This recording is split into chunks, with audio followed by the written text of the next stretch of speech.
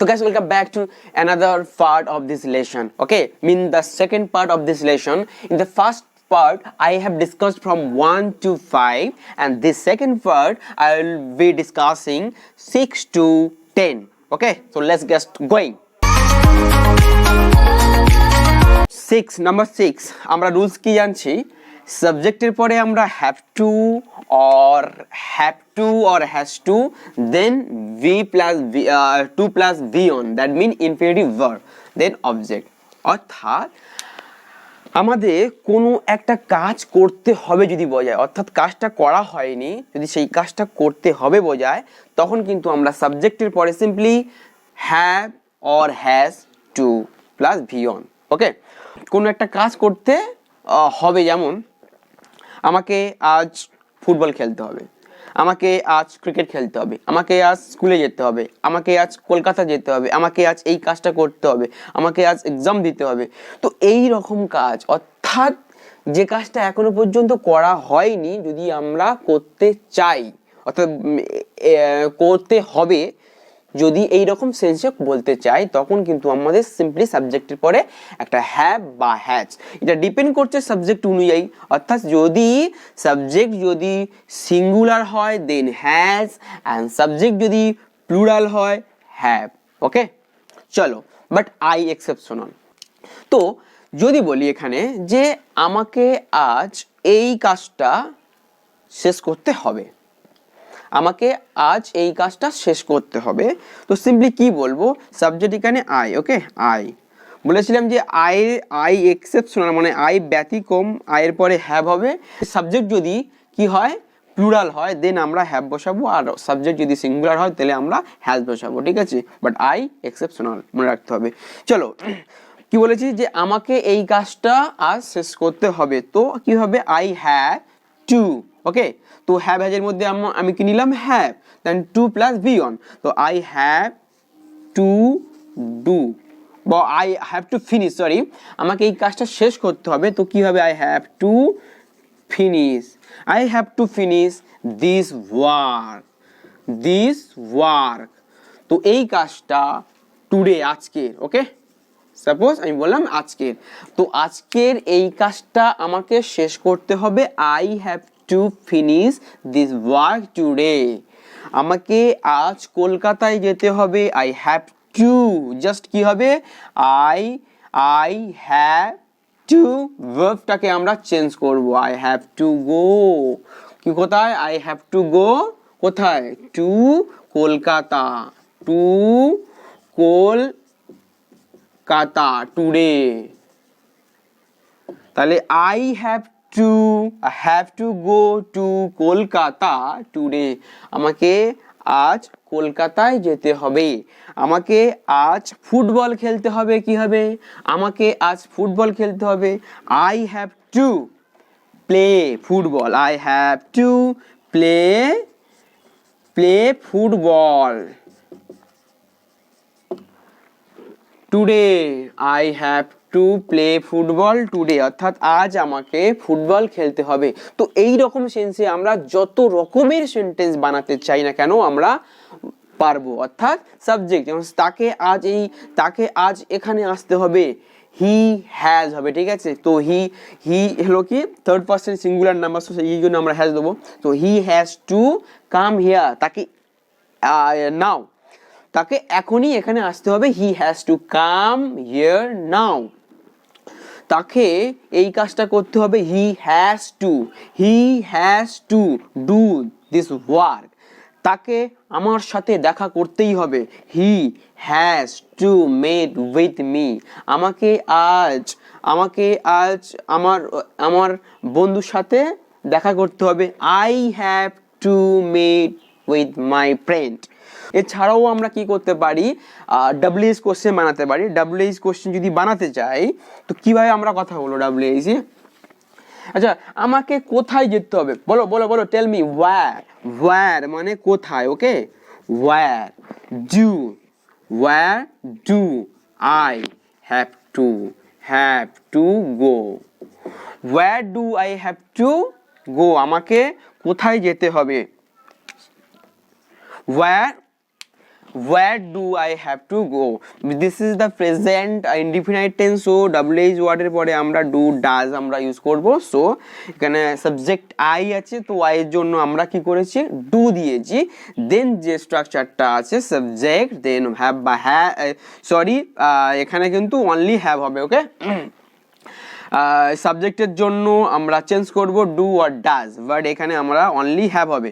So বলো কি হবে, where do I have to go? আমাকে কোথায় যেতে হবে, আমাকে কি করতে হবে বলো।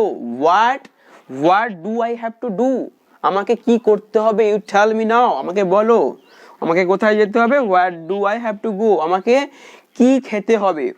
what do I have to eat? আমাকে কি খেতে হবে। আমাকে কি দেখতে হবে, what do I have to watch? আমাকে কি দেখতে হবে। তো এইভাবে আমরা কি করলাম, প্রথম রুল নাম্বার 6 আমরা জানলাম। চলো এবার আমরা জানবো কি, ঠিক এই রুলটাকে আমরা পাস্টে বলবো। অর্থাৎ আমি বলেছিলাম যে এটাইতে বলেছিলাম যে আমাদের কোনো একটা কাজ করা হয়নি এবং করতে হবে এসেন্সে। ঠিক নাম্বার 7 আমরা কি বলবো, যেহেতু হ্যাভ এবং হ্যাজের পাস্ট টেন্স আমরা হ্যাড জানি, সো এখানে হ্যাড দিয়েছি, that mean this is the past form. তাহলে এই রুলটা হলো ফার্স্ট ফর্ম।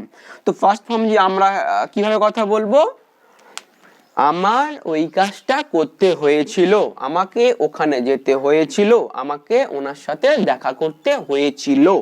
অর্থাৎ প্রেজেন্টে যদি বলি আমার ওর সাথে দেখা করতে হবে, আর পাস্টে করতে হয়েছিল। সিম্পলি সাবজেক্টের পরে had to plus V on use করবো, অর্থাৎ had to plus V on ব্যবহার করব। অর্থাৎ কি বলবো, আমাকে গতকাল ওই বন্ধুর সাথে দেখা করতে হয়েছিল। তো চলো আমাকে দেখা করতে হয়েছিল আমার ওই বন্ধুর সাথে, চলো আই সাবজেক্টের পরে হ্যাড দিলাম, I had, okay, I had to plus V1, I had to meet, I had to meet, okay, with কার সাথে, with my friend, I had to meet with my friend, আমার বন্ধুর সাথে দেখা করতে হয়েছিল yesterday। যদি বলি গতকাল আমার ওই বন্ধুর সাথে দেখা করতে হয়েছিল, simply I had to meet with my friend yesterday। আমাকে গতকাল মুম্বাইয়ে যেতে হয়েছিল একটা কাজের জন্য, সো কি বলবো, I had to go, simply এটা V1, I had to go, যেতে হয়েছিল টু মুম্বাইতে ফর এ জব, একটা কাজের জন্য, okay, for a work or duty. চলো এবার আমরা কি করব, ঠিক এটাকে যদি আমরা WH যদি সেন্টেন্স বানাতে চাই, তোমাকে গতকাল কোথায় যেতে হয়েছিল, তোমাকে গতকাল কোথায় যেতে হয়েছিল। তো চলো কোথায় মানে কি, where, ওকে, where, এটা হলো পাস্ট টেন্স, সো আমরা ডু ডাজ এর পাস্ট টেন্স আমরা ডিড দিয়ে দেবো, ওকে। চলো WH ওয়ার্ডের পরে আমরা ডিড লাগিয়ে দিলাম, ওকে, where did। এবার আমি সাবজেক্ট হিসাবে কি, তোমাকে, তো এখানে অবভিয়াসলি ইউ হবে, so you, where did you। Then যে স্ট্রাকচারটা ছিল এখানে হ্যাড ছিল না, তো এটা পাস্ট টেন্সে অ্যাফার্মেটিভে আমরা পাস্ট টেন্স হিসাবে আমরা হ্যাড ইউজ করেছিলাম। তো এটা যখন WH যখন কোশ্চেন বানাচ্ছি, তো পাস্ট টেন্সের জন্য আমরা অলরেডি ডিড লাগিয়ে দিয়েছি, so we don't have to use had, mean আমাদেরকে আর হ্যাড ইউজ করতে হবে না, সো আমাদেরকে প্রেজেন্ট ফর্ম ইউজ করতে হবে। where do you have to go yesterday, question mark. তো আমি কি বললাম, where did you have to go yesterday, মানে গতকাল তোমাকে কোথায় যেতে হয়েছিল, গতকাল কার সাথে তোমার দেখা করতে হয়েছিল, whom did you have to meet with, কার সাথে তোমার দেখা করতে হয়েছিল। তো এইভাবে আমরা রুল নাম্বার 7 জানলাম। চলো এবার নেক্সট শিখবো রুল নাম্বার 8। ওকে, এইটা কি বলা হচ্ছে, সাবজেক্টের পরে একটা বি ভার্ব, দ্যাট মিনস সাবজেক্টের পরে একটা বি ভার্ব কি আছে, am, is or are. Okay, it's depend on subject.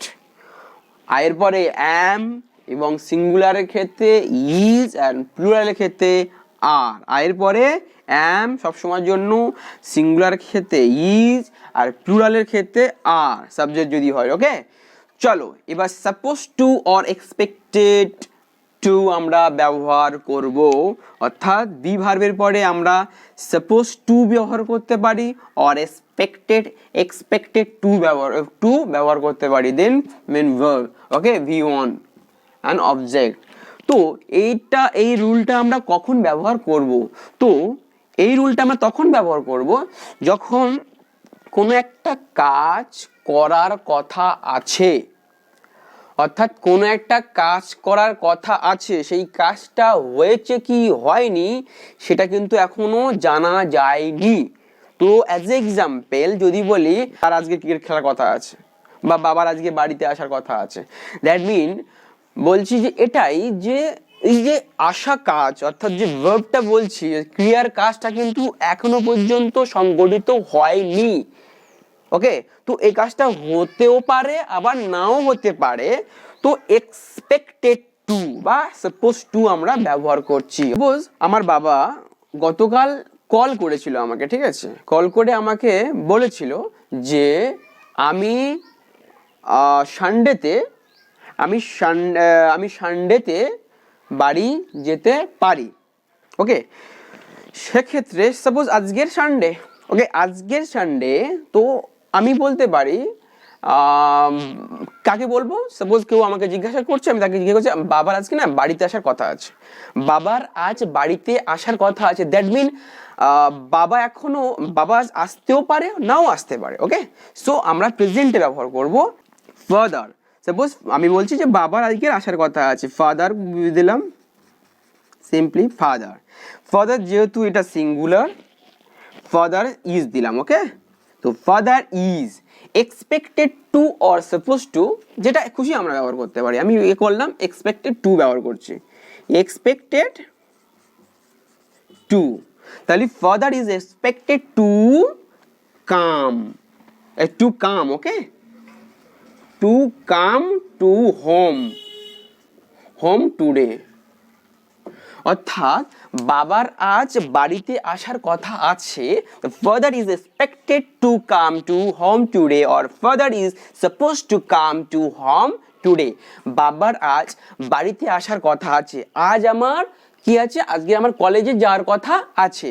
অর্থাৎ দ্যাট মিন সাপোজ কোনো আমার একটা বন্ধু ফোন করলো, তো কি রে আজকে college, will you go to college today? তো আমি বললাম yes I am expected to go to college today. তো আমার আজকে কলেজে যাওয়ার কথা আছে, মিন আমি আজকে যেতে পারি, I may go or not. So কি করবো, I am supposed to go to college today, okay, or I am expected to go to college.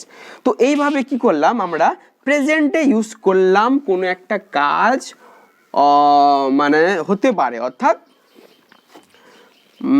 কাজটা ঘটতে পারে অথবা নাও ঘটতে পারে। ঠিক আছে, ঠিক এই 9 নম্বর রুলসে আমরা কি জানবো, আমরা জাস্ট আমি যাতে বি ভার্বের পাস্ট টেন্স ইউজ করব, বি ভার্বের past tense was and were use করব। Okay, so was and were use করব, মানে it depend on the subject. Okay, if the subject is the singular then it will be was, if the subject is the plural then it will be were. Okay, so now আমরা একই সেন্সে ব্যবহার করব, just এখানে difference কি আছে, difference এটাই হলো, এটা প্রেজেন্ট, ওটা ছিল present, mean am is your expected to বা supposed to ছিল প্রেজেন্টে, আর এটা was were supposed to or expected to হলো past tense. দ্যাট মিন বা আমি এটা বলতে পারি, আচ্ছা গতকাল, সাপোজ আজকে সানডে বললাম না, yesterday was স্যাটারডে, তো স্যাটারডে বাবার কিন্তু বাড়িতে আসার কথা ছিল, বাট বাবা আসেনি। তো আমি কাউকে বলতে পারি।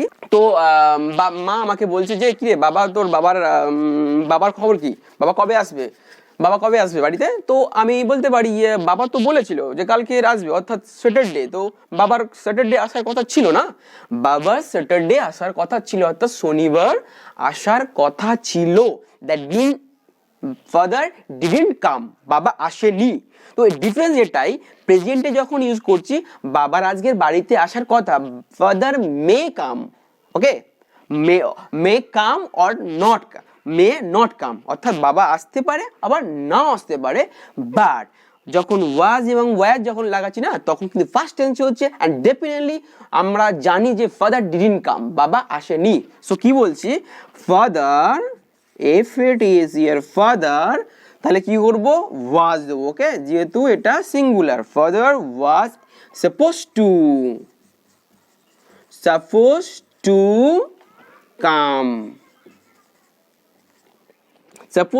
come yesterday. তো father was supposed to come yesterday, but come to home, okay, to home হবে একটা, okay.